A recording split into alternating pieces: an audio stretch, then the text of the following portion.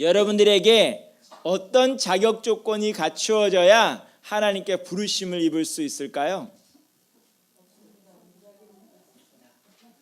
오늘 이사야서 말씀을 보게 되면 계속 강조되는 것 중에 하나가 뭐냐 하면 하나님께서 태에서부터 어머니 뱃속에서부터 너희를 불렀다는 표현을 하고 있습니다. 여러분들이 엄마 뱃속에서 할 수 있는 일이 뭐가 있을까요? 혹시 기억나세요? 무려 10달이나 있었는데 뭐 하셨어요? 사실은 태 속에서 할 수 있는 것이 아무것도 없어요. 그럼에도 불구하고 하나님께서 우리를 부르셨고 선택하셨다고 말씀을 하세요. 이 말씀은 무슨 뜻이냐 하면 하나님의 선택 앞에서 우리가 할 수 있는 일은 아무것도 없다는 것을 말씀하는 것입니다.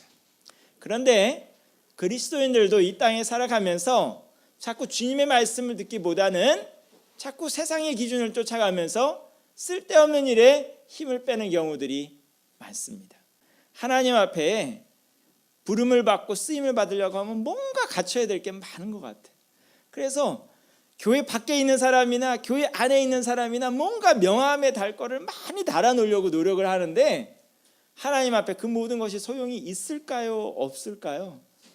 소용이 없어요.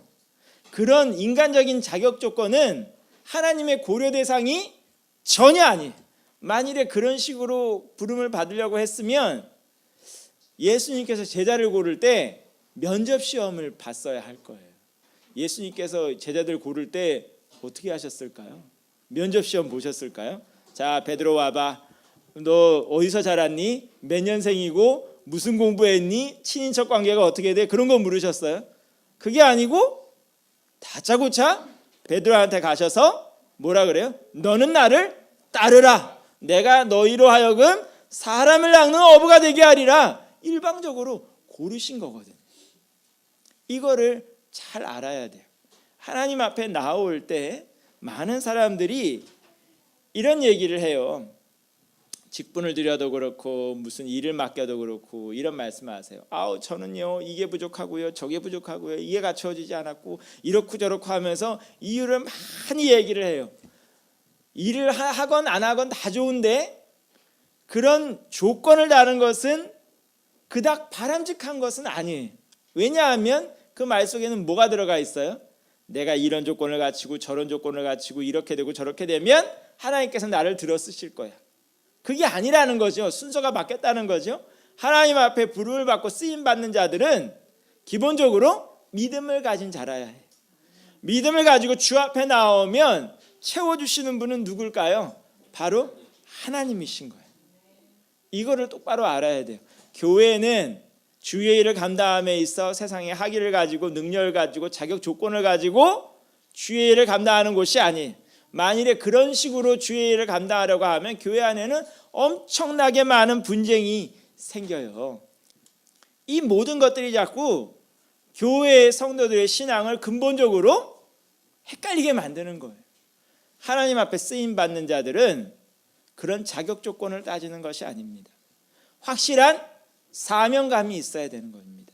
어떤 사명감? 따라해 볼까요? 하나님께서 나를 택하셨다. 이거는 내 멋대로 생각하는 게 아니고요. 성경에는 기본적으로 모든 사람이 하나님의 부르심을 받았고 선택을 받았다고 얘기를 해요. 뭐 때문에 선택을 받았을까요? 목적은 딱 한 가지예요. 이사야서 49장 3절 말씀을 보면 내게 이르시되 너는 나의 종이요 내 영광을 내 속에 나타낼 이스라엘이라 하셨느니라 라고 말씀을 해요. 이스라엘이 뭐예요? 하나님의 백성에게 붙은 이름이에요. 하나님의 백성들이 하는 일은 뭘까요? 하나님의 영광을 드러내는 일이에요.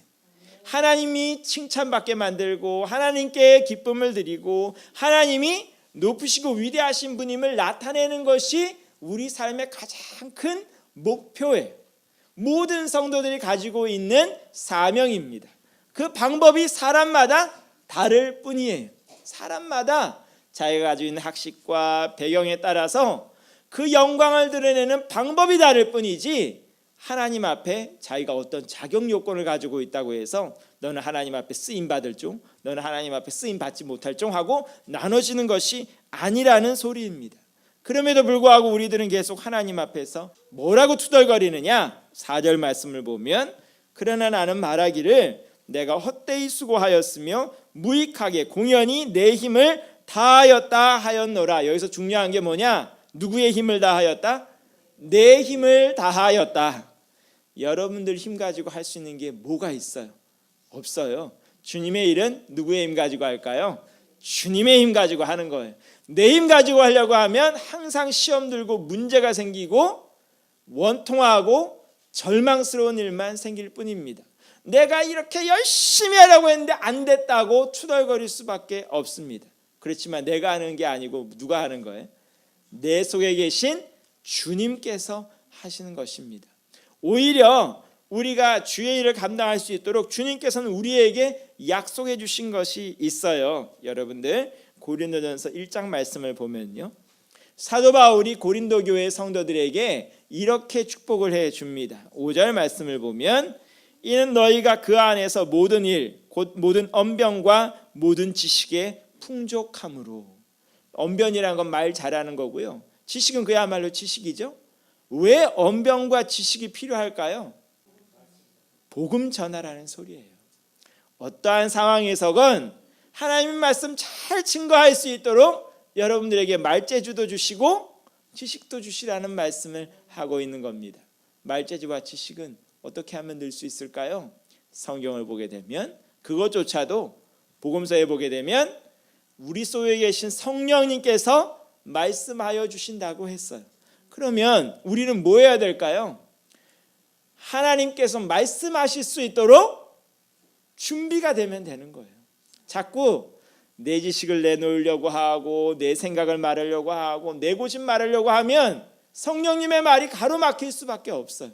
내가 하는 건 뭐예요? 내 자신을 하나님께 내어드리는 거예요. 하나님 써주세요. 내가 이 상황에서 주님 잘 증거할 수 있도록 써주세요 하고 구하는 것입니다. 우리 다 같이 해볼까요? 하나님 저를 써주세요.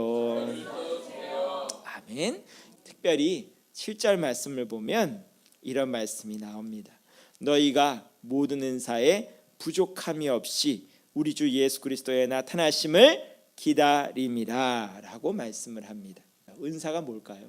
은자가 은혜의 은자예요. 사자는 선물을 뜻하는 사자예요. 하나님께서 우리에게 주신 선물은 목적이 있는 선물이에요.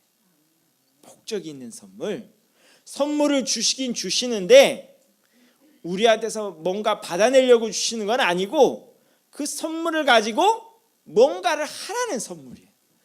뭘 하라는 선물일까요? 주 예수 그리스도의 나타나심을 기다리는 데 쓰여지라고 선물을 주시는 거예요. 성경에 나오는 은사들 여러 가지가 있어요. 지혜 은사도 있고 지식의 은사도 있고 방언도 있고 예언도 있고 많아요. 근데 그 모든 은사들을 뭐 하는 데 쓰라고 했냐? 교회를 세우는 데 쓰라고 했어요. 근데 교회를 세우면 어떤 효과가 나타나냐 하면 성도들이 주의 은혜 가운데서 점점 더 단단해질 수가 있어요. 이 믿음이라는 게 어떤 특성이 있느냐 하면 자기 혼자 설력을 해도 그게 잘 안 돼요. 믿음은 서로 뭉치고 힘을 모을 때 서로의 믿음도 더욱더 단단해지는 거예요. 교회를 위해서 은사를 사용하라는 건 뭐냐 하면 남을 위해서 사용하라는 의미도 있지만 그 속에는 무슨 의미도 있느냐? 나를 위해서 사용하는 의미도 같이 포함되어 있어요. 교회가 단단해지면 여러분들도 단단해지게 되어 있기 때문에 은사는 모두를 위해서 그리스도의 나타나심을 기다리며 교회를 세우기 위해서 쓰여져야 하는 거예요. 근데 은사를 가지고 자기를 위해서만 쓰는 사람도 많이 있어요.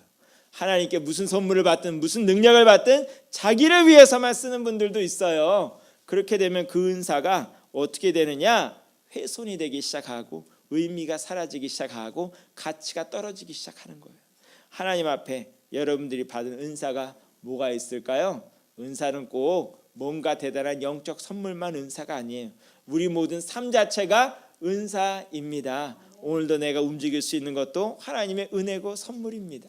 내가 오늘 볼 수 있다는 것도 하나님의 은혜고 선물입니다. 주님께서 오실 것을 기다리며 서로가 주의 은혜 가운데서 단단해져 가야 되겠지요. 그래서 8절에서도 이런 말씀이 나오는 겁니다. 주께서 너희를 우리 주 예수 그리스도의 날에 책망할 것이 없는 자로 끝까지 견고하게 하시리라.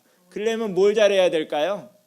9절 말씀을 보면 교제를 잘해야 돼요. 너희를 불러 그의 아들 예수 그리스도 우리 주와 더불어 교제하게 하시는 하나님은 미쁘시도다.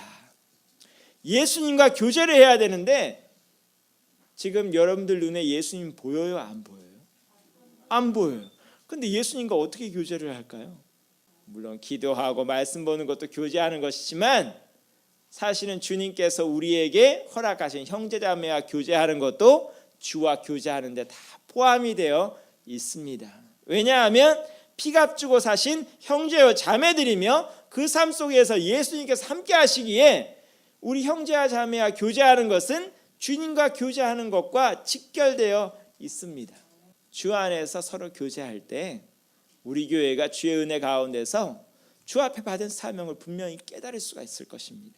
각자 하나님의 영광을 위해서 일하라고 그랬잖아요. 그렇죠?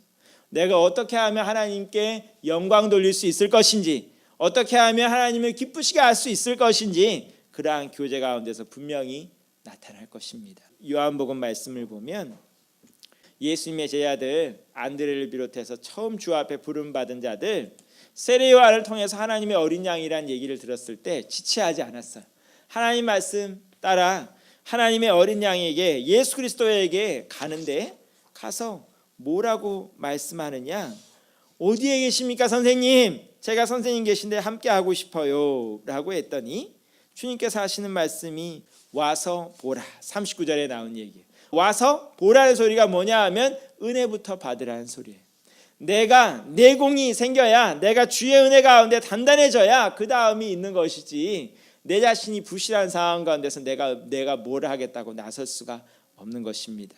오늘도 주의 은혜 가운데서 와서 볼 수 있는, 체험할 수 있는 주의 은혜의 그 깊으심과 넓이를 체험할 수 있는 여러분 모두가 될 수 있기를 간절히 축원합니다. 기도하겠습니다.